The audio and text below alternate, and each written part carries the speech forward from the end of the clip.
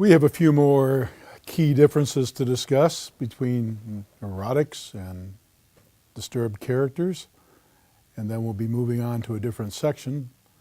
One of the things that helps distinguish the more neurotic individual from the disturbed character has to do with slow head turn here. Start back at the last sentence, whenever you're ready. One of the things that really distinguishes the neurotic individual from the more character disturbed individual has to do with how they respond to negative or adverse consequence. You know, neurotics are notorious for just beating the living daylights out of themselves when things go wrong. They start questioning themselves, what could I have done differently? What could I have done better? If you're a particularly neurotic therapist and you're doing group therapy and group wasn't so hot that day, you might, on your way back to your office, be kicking yourself for how come I didn't do this or how come I didn't do that? Maybe I'm the worst therapist in the world.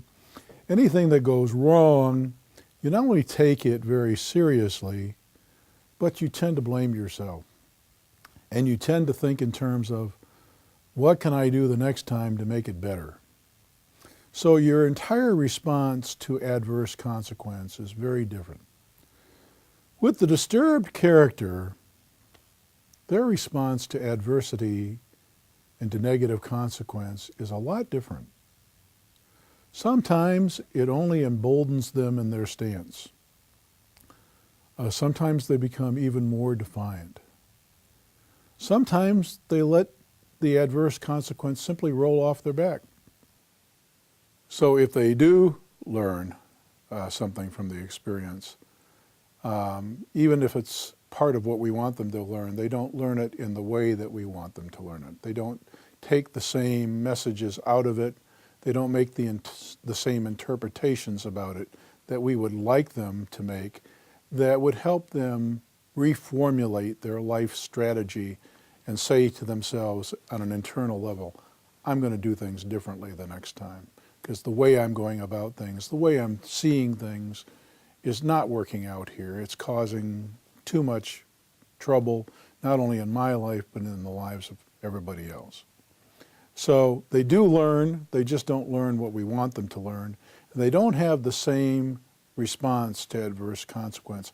We've seen this in the news several times with some high-profile figures who have come even before judges as a result of some problems they've gotten into with a relatively cavalier attitude, and even after being supposedly taught a lesson, some judges are of the mind, well, you know, if I really lower the boom, if I really bring the hammer down heavy this first time, maybe it will send a message, right?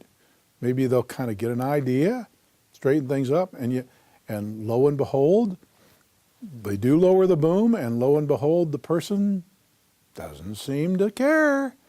And we wonder, you know, are they ever going to change? Well, not so long as they have the same indifferent response to the adverse consequence.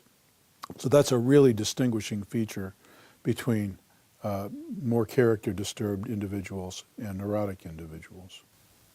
Another distinguishing characteristic between these two groups of individuals is what impact their problems have. The kinds of problems that affect neurotics are mostly self-limiting and self-defeating. There's an old saying in the mental health sciences field that if your client is making themselves miserable, they're probably neurotic.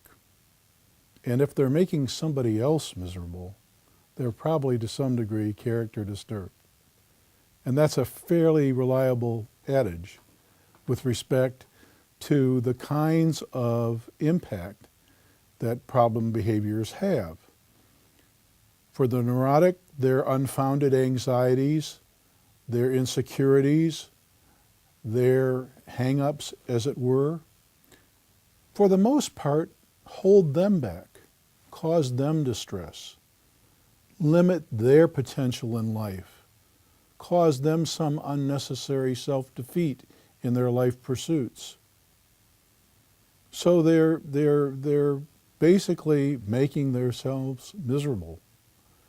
Whereas with the more character disturbed individual, the problems that they have cause pain and hardship for everybody else. They don't experience the distress as the result.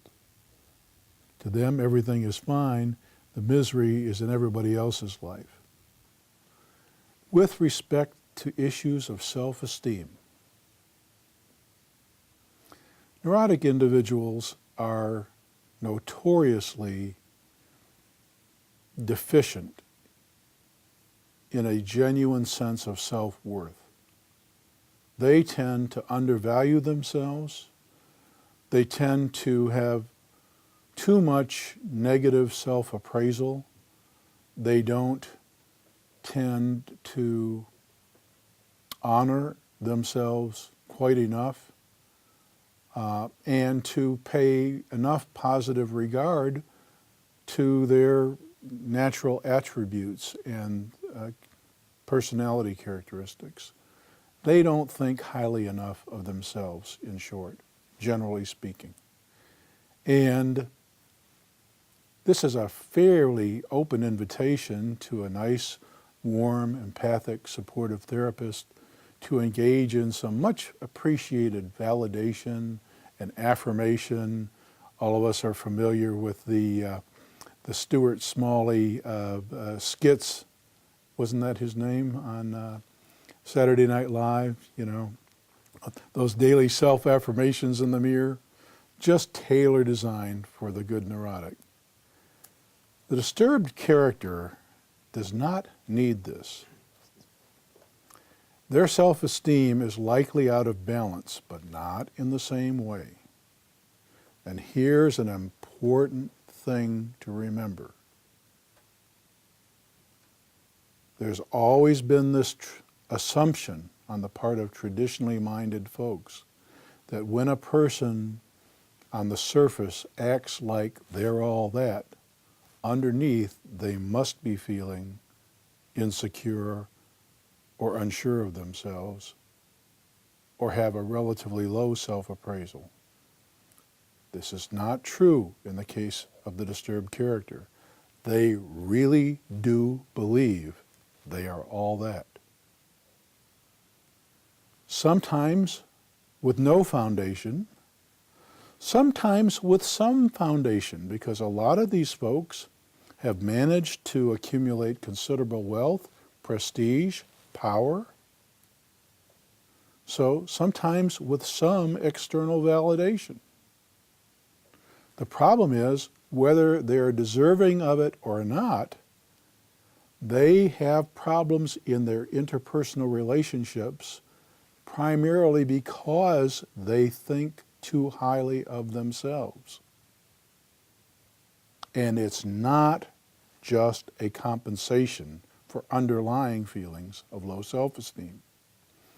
This is probably one of the most important differences to remember that distinguishes the disturbed character from the neurotic individual.